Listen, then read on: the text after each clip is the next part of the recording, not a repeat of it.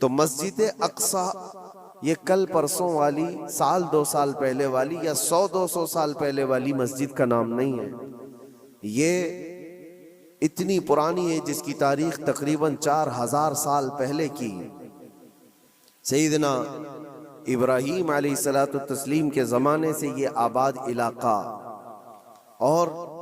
ایک دو نہیں ہزاروں انبیاء اکرام علیہ السلام کا وہ قبلہ رہا ہے، اور خود مسلمانوں کا بھی قبلہ اول وہی تھا، پہلے اسی کی طرف منہ کر کے نماز ادا کیا جاتا۔ اور نبی پاک صلی اللہ تعالی علیہ وسلم جب مدینہ طیبہ ہجرت فرما کر آئے تو آپ اندازہ کیجئے کہ بعثت کے 13 سال کے بعد، یعنی حضور کے اعلان نبوت کے 13 سال کے بعد حضور پاک صلی اللہ تعالی علیہ وسلم نے ہجرت فرمائی، مکہ کے 13 سال، اور پھر مدینہ جانے کے بعد وہاں 17 مہینے تقریباً 1.5 سال بیت المقدس کی طرف منہ کر کے ہی نماز پڑھی جاتی تھی، بیت المقدس کی طرف رخ کر کے ہی عبادت ہوتی، اور 17 مہینے کے بعد پھر وہ حکم آیا، وہ بھی میرے مصطفیٰ کریم صلی اللہ علیہ وسلم کی خواہش پر، کہ آپ ظہر کی نماز ادا کر رہے تھے اور آپ کے دل میں یہ خیال آیا کہ ہمارا قبلہ بیت المقدس کی بجائے خانہ کعبہ ہوتا تو اچھا ہوتا۔ رب تبارک و تعالیٰ کی بارگاہ میں وہ خواہش کرتے ہوئے آسمان کی طرف نماز کی حالت میں حضور دیکھ رہے تھے، چہرہ آسمان کی طرف اٹھا رہے تھے، 2 رکعت ہو چکی تھی، تب اللہ تعالیٰ نے قرآن کی آیت نازل فرمائی نماز کی حالت میں ہی، قد نرا تقلب وجہک فی السماء فلنولینک قبلۃ ترضاها، اے محبوب ہم آپ کا چہرہ اٹھانا دیکھ رہے ہیں آسمان کی طرف، اور عنقریب آپ کو اسی طرف پھیر دیں گے جہاں آپ کی رضا ہے، آپ کی جس میں خوشی ہے۔ اور پھر فوراً آیت بھی نازل ہو گئی، فَوَلِّ وَجْهَكَ شَطْرَ الْمَسْجِدِ الْحَرَامِ، دیر کس بات کی محبوب، ابھی آپ اپنا چہرہ خانہ کعبہ کی طرف فرما لیں، بیت المقدس سامنے ہے تو خانہ کعبہ بالکل اپوزٹ میں۔ حضور اکرم صلی اللہ علیہ وسلم 2 رکعت کے بعد نماز کی حالت میں ہی گھوم گئے، اور اس کے بعد باقی کی 2 رکعت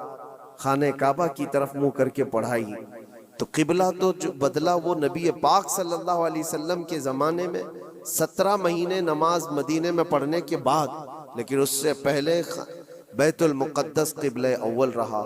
بیت المقدس انبیاء اکرام کا مسکن ہے، تقریباً 30,000 کے قریب انبیاء اکرام علیہ السلام اس کے ارد گرد ہیں بیت المقدس کے، اور وہ اس کو قرآن پاک نے ارض مقدس کہا ہے، ارض مقدس بھی قرآن پاک میں اس کا ذکر ہے۔ مسئلہ یہ ہے کہ وہاں پر دنیا کے 3 بڑے پرانے جو ادیان ہیں ان کا وہ محور و مرکز بنتا چلا جاتا ہے، یہودیت، عیسائیت اور مسلمانوں کے لیے، سب کے لیے وہ مقدس ہے، محترم ہے، متبرک ہے۔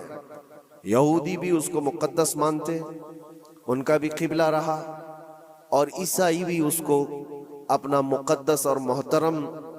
عبادت گاہ کے طور پر دیکھتے ہیں، اس لیے کہ عیسیٰ علیہ السلام کی ولادت بھی وہاں قریب میں ہوئی بیت لحم میں، اور عیسائیوں کے لیے بھی وہ ایک مرکز کی حیثیت رکھتا ہے۔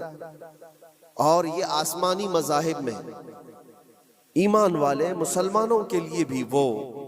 مقدس و متبرک ہے، اس کی وجہ چاہے جو بھی ہو، قرآن پاک میں اس کا ذکر ہے، اور نبی پاک صلی اللہ علیہ وسلم نے وہاں سے معراج فرمائی، معراج کا سفر شروع فرمایا۔ تو اس اعتبار سے 3 بڑے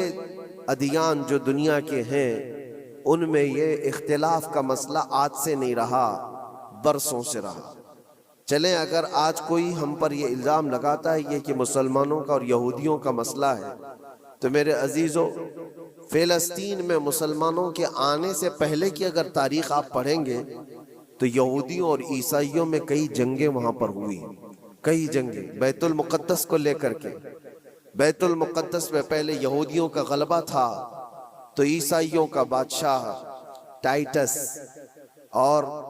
ہرکیولس، یہ سب بادشاہوں کے جو نام ہیں آپ تاریخ میں پڑھیں، یہ حضور پاک صلی اللہ تعالی علیہ وسلم کی آمد سے پہلے والے، انہوں نے طاقت حاصل کی، غلبہ حاصل کیا۔ تو ٹائٹس جو بادشاہ تھا عیسائیوں کا، اس نے اتنا قتل عام کیا تھا یہودیوں کا، اتنا قتل عام کہ پورے فلسطین کی زمین خون سے بہہ رہی تھی.